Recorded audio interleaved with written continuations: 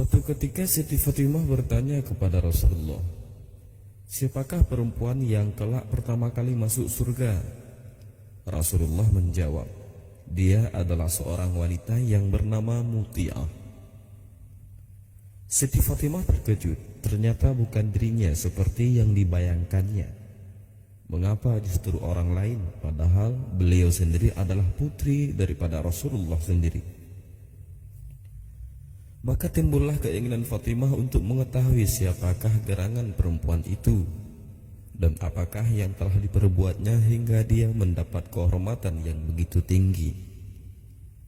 Setelah meminta izin kepada suaminya Ali bin Abi Thalib, Siti Fatimah berangkat mencari rumah kediaman Muti'ah. Putranya yang masih kecil yang bernama Hasan diajak ikut serta. Ketika tiba di rumah Muti'ah, Siti Fatimah mengetuk pintu seraya memberi salam. "Assalamualaikum." "Waalaikumsalam, siapa di luar?"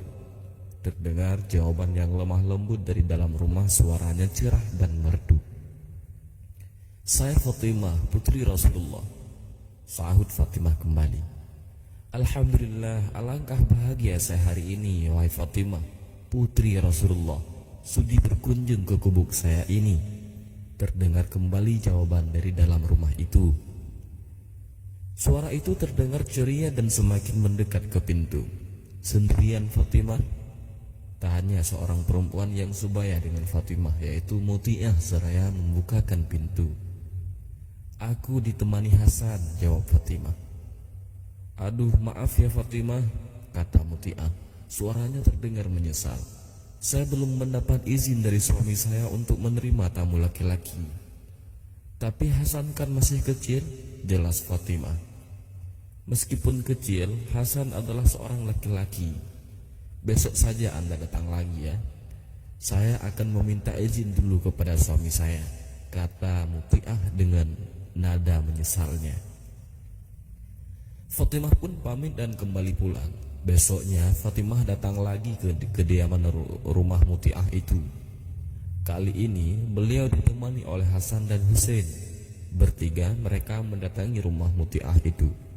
Setelah memberi salam dan dijawab gembira, masih dari dalam rumah Muti'ah bertanya, "Engkau masih ditemani oleh Hasan, wahai Fatimah?" "Suami saya sudah memberi izin untuk Hasan." "Tidak, Husain hari ini juga meminta ikut," jawab Fatimah. "Kenapa kemarin tidak engkau bilang, wahai Fatimah? Yang dapat izin cuma Hasan dan Husain belum. Terpaksa saya tidak bisa menerimanya juga." Dengan perasaan menyesal, Muti'ah kali ini juga menolak. Hari itu Fatimah gagal lagi untuk bertemu dengan Muti'ah, dan keesokan harinya Fatimah kembali lagi. Mereka disambut baik oleh perempuan di rumahnya.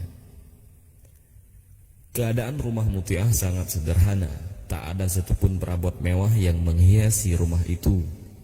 Namun semuanya teratur rapi. Tempat tidur yang terbuat dengan bahan yang kasar juga terlihat bersih. Alasnya yang putih dan baru dicuci. Bau dalam ruangan itu harum dan sangat segar, membuat orang betah tinggal di rumah. Fatimah sangat kagum melihat suasana yang sangat menyenangkan itu, sehingga Hasan dan Husain yang biasanya tak begitu betah berada di rumah orang, kali ini nampak asik bermain-main. "Maaf ya, saya tidak bisa menemani Fatimah duduk dengan tenang, sebab saya harus menyiapkan makan buat suami saya," kata Muti'ah sambil mondar-mandir dari dapur ke ruang tamu.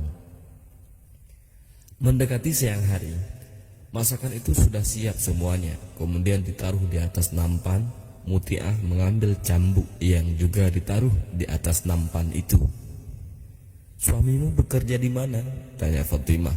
"Di ladang, wahai Fatimah." "Pengembala?"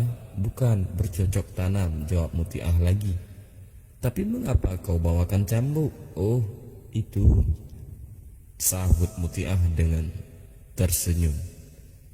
"Cambuk itu kusediakan untuk keperluan lain. Maksudnya begini, kalau suami saya sedang makan, Lalu kutanyakan apakah masakan saya cocok atau tidak. Kalau dia mengatakan cocok, maka tak akan terjadi apa-apa. Tetapi kalau dia bilang tidak cocok, cambuk itu akan saya berikan kepadanya agar punggung saya ini dicambuknya. Sebab berarti saya tidak bisa melayani suami dan menyenangkan hatinya. Apakah itu kehendak suamimu? Tanya Fatimah dengan nada keheranannya. Oh bukan, suami saya adalah seorang yang penuh kasih dan sayang. Ini adalah semua kehendakku sendiri, agar aku jangan sampai menjadi istri yang durhaka kepada suami. Mendengar penjelasan itu, Fatimah menggeleng-geleng kepala. Kemudian ia meminta diri pamit untuk pulang. Pantas kalau Muti'ah kelak menjadi seorang perempuan yang pertama kali masuk surga, kata Fatimah dalam hatinya. Dia sangat berbakti kepada suami dengan tulus. Perilaku kesediaan semacam ini bukanlah lambang perbudakan wanita oleh kaum laki, tetapi merupakan cermin bagi citra ketulusan dan pengorbanan kaum wanita yang harus dihargai dengan perilaku yang sama. Tak hanya itu, pada saat Fatimah di rumah Muti'ah, beliau melihat kipas dan kain kecil. Buat apa benda ini wahai Muti'ah? Siti Muti'ah tersenyum malu, namun setelah didesak ia pun bercerita. Engkau tahu wahai Fatimah, suamiku seorang pekerja keras memeras keringat hari ke hari. Lalu aku sangat sayang dan hormat kepadanya. Begitu kulihat ia pulang kerja, cepat-cepat kusambut kedatangannya. Kubuka bajunya, kulap tubuhnya dengan kain kecil ini hingga kering keringatnya.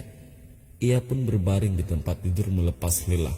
Lalu aku kipasi beliau hingga lelahnya hilang atau tertidur pulas.